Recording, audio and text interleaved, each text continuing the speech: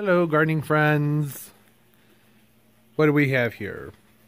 Potential crown rot. These needle palms were featured in an earlier video. These were shipped from North Carolina. They've never experienced a really cold winter, and I tend to push my plants, and I pushed too hard this time. So I left them outside when they have not acclimated to my climate. They experienced the seasonal change, but they hadn't acclimated to having to survive cold winters. Are my nails okay? Yeah, they're good. So you can see from looking at the leaves here, this desiccation.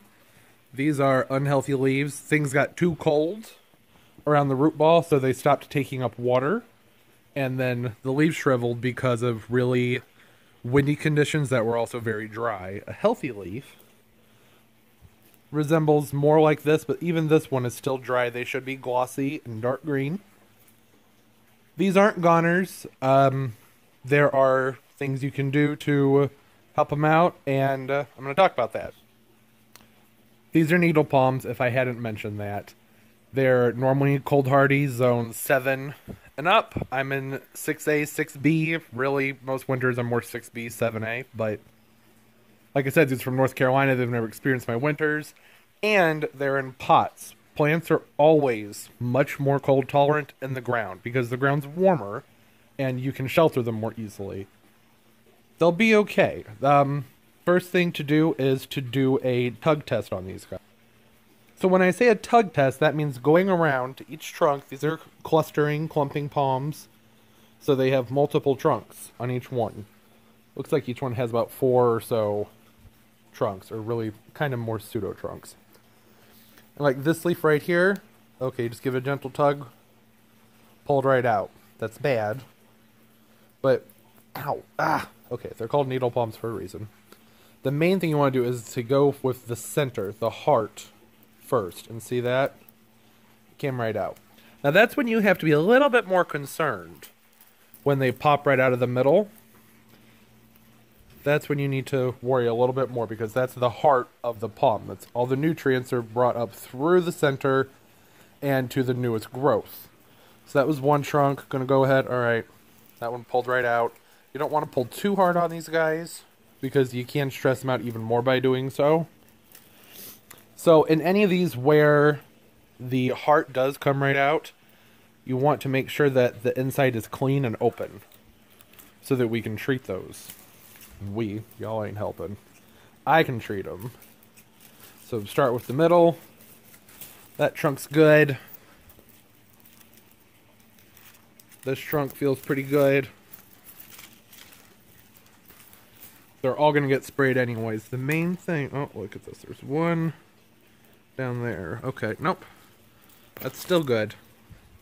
You see I'm tugging on? It's hard to see. There's a fresh spear leaf in there. You want to get the newest spear. That one's good. Let's move on to the next one. Alright. Lighting is not ideal right now. It's so shady outside. My grow lights are behind me. Alright, so this little trunk is good. Oh, that's not good. Let's keep on going here. It's still nice and solid. Still, when the center leaf comes out, it's reason to be concerned.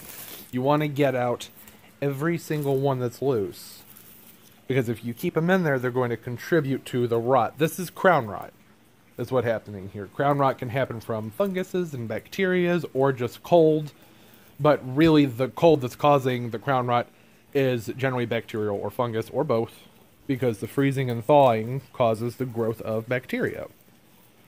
So during the day, say it's like 35, 40 degrees, you'd think these would be fine, but not if it's dropping to like 20 at nighttime. You're constantly freezing and thawing and freezing and thawing, and then bacteria grows because you slowly have cells dying, then it warms up and the bacteria thrives, and it gets cold and more cells die, and then it warms up and bacteria thrives on those dead cells. So, got to keep them clean, got to keep them tidy. Like I said, I'm not that concerned here. It is a bit of a bummer because needle palms grow really slow.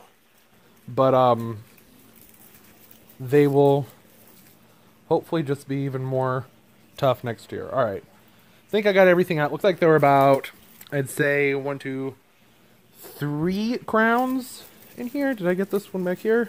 Nope. 4. There's 4 of them. Gotta get this one. Okay, so this is the youngest spear. That's the spear leaf. It's the newest, fresh emerging leaf or branch, and it is still in their firm, so that's a good sign. So now I've gone through, pulled out all the leaves, and made sure the centers are open and clean. So now we're going to treat it. Okay. I prefer to use a copper-based fungicide. Works really well. Used it on rotten palms for years. I usually do a spritz on the outside of every single one of these guys. Get it in there very heavily. You want to really make sure it gets down there into the crowns. Also, wear gloves. I'm just going to run inside and wash my hands. I should have put on gloves. Want to make sure it gets down into the crown.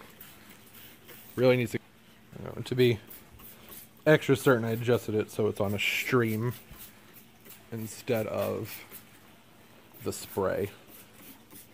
Get down in there. So I'm going to go ahead and do that to all of them and be right back.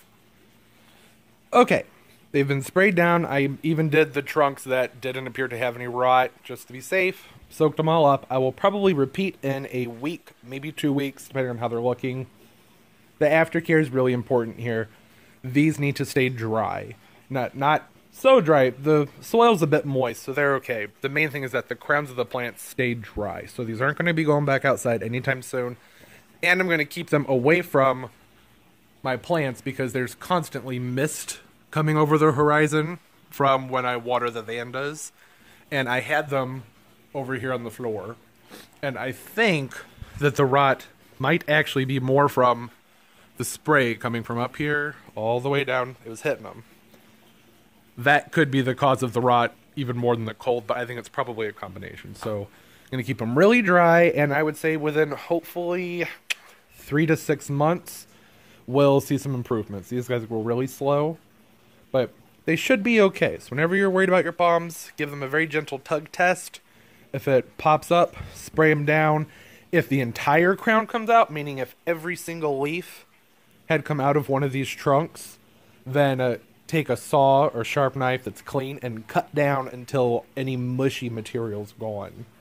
And then treat again. That really only works with woody palms. Woody meaning they have like a woody husk, coconut husky type material on the trunk.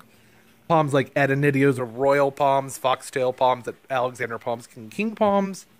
Lots of other palms, areca palms that have the really smooth grayish green trunk on them that don't have all this wooden husk. Cutting those back is much more tricky, but this works really well for woody trunked palms. Needle palms, windmill palms, kind of sable palms. They grow slow, but you can still do it. Washingtonias, which are the Mexican fan palms. California fan palms. Even the queen palms and Robilinis, the Phoenix Dactylophora, Robolini, Canariensis, all those guys. Yeah, that's all. We'll keep everybody updated. Happy gardening!